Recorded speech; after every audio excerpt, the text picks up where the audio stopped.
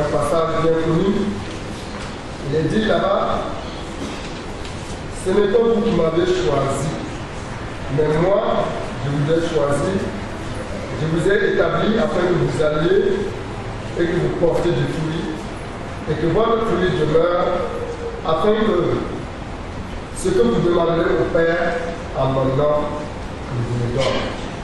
Notre Dieu et notre Père, nous bénissons ton nom pour ce privilège que nous avons d'être tes enfants.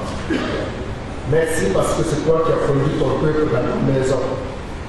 Et merci pour ce temps de louange et d'adoration. Maintenant que nous voulons méditer ta parole, nous t'invitons parmi nous. Le Saint-Esprit nous donne une écoute qui vient de toi-même.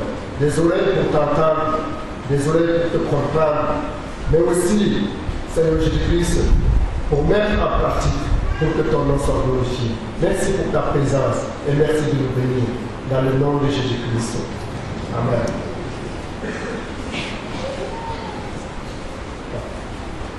J'ai intitulé notre méditation « La valeur que nous avons aux yeux de Dieu ne dépend pas de nous-mêmes, mais de son choix. » Nous sommes dans un monde en crise sur tous les plans. La confusion tend à se généraliser et on voit apparaître ça et là des fléaux de tout genre. La pêche, des repères, la mise en cause des valeurs fondamentales de la société. On a l'impression parfois d'être dans une jungle où les plus forts piétinent les plus faibles. Les gens sont assaillis par les problèmes de tous les jours, au point que certains d'entre eux perdent la vision et perdent aussi justement leur repère. Pourtant, le Créateur nous dit dans Proverbes chapitre 16 et verset 4 qu'il a fait tout pour elle. Alors, il n'y a donc pas de confusion en lui. Et j'aimerais, pour ce temps qui va suivre, que nous puissions nous encourager, nous qui sommes en Jésus-Christ, pour que nous sachions que rien n'est l'effet du hasard. Et que dans cette confusion, nous avons un rôle à jouer. Nous avons une place de choix aux yeux de Dieu. Et que nous sommes importants aux yeux de ce Dieu. Premièrement, la valeur que nous avons aux yeux de Dieu.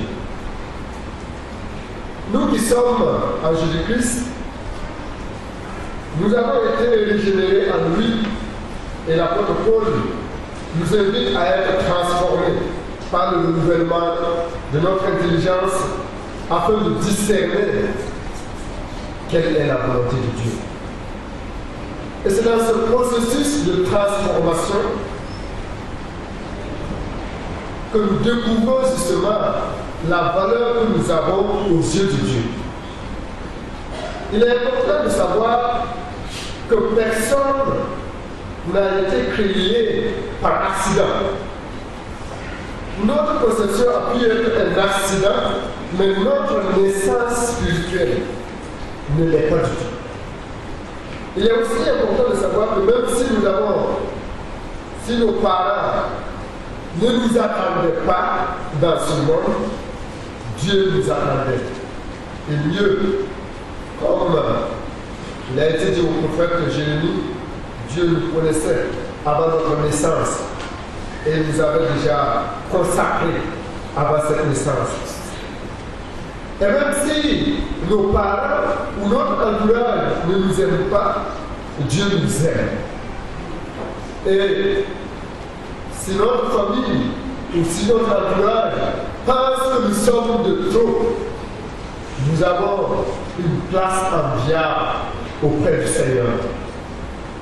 Dieu nous a choisis pour un but, pour une mission, pour une raison.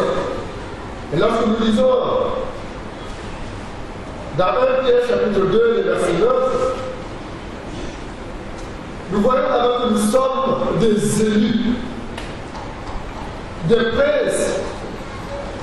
Nous faisons partie d'un peuple mis à part, un peuple saint.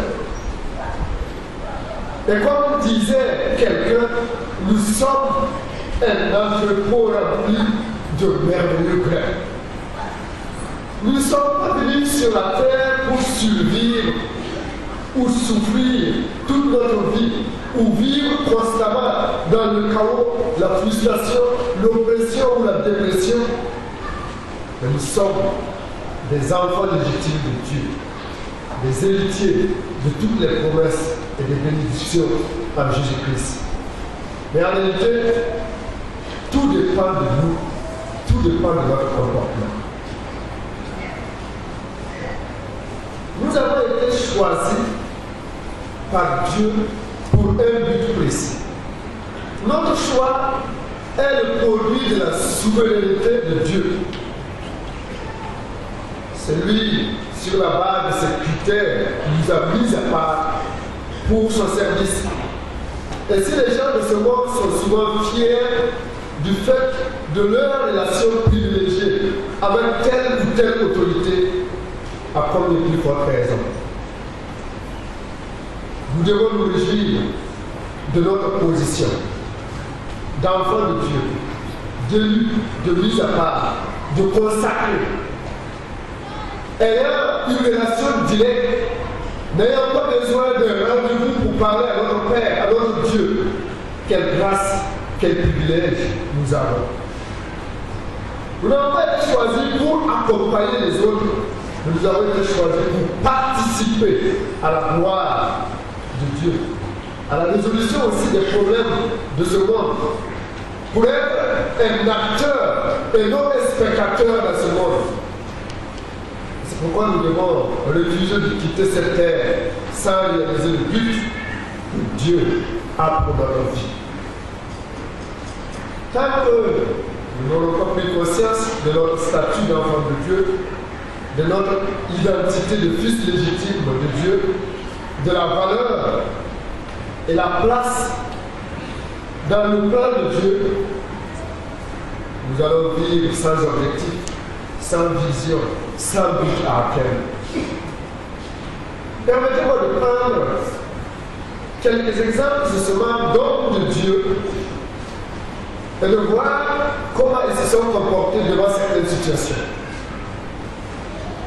Mon premier exemple se trouve dans 2 Rois, chapitre 4, chapitre 7 du moins, 2 Rois, chapitre 7, et le verset 4.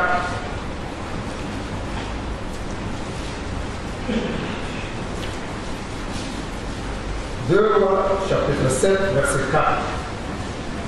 Il est dit là-bas, si nous songeons à entrer dans la ville, la famille est dans la ville, et nous y mourrons.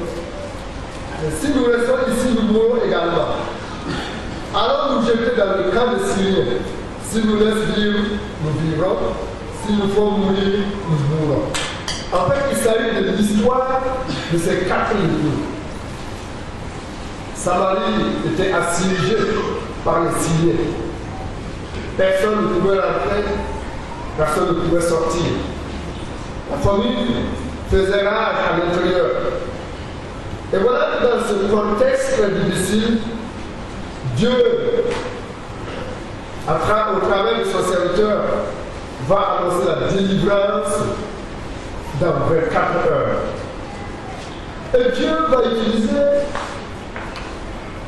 un groupe de personnes que l'on peut appeler des parias de la société pour sauver justement son peuple.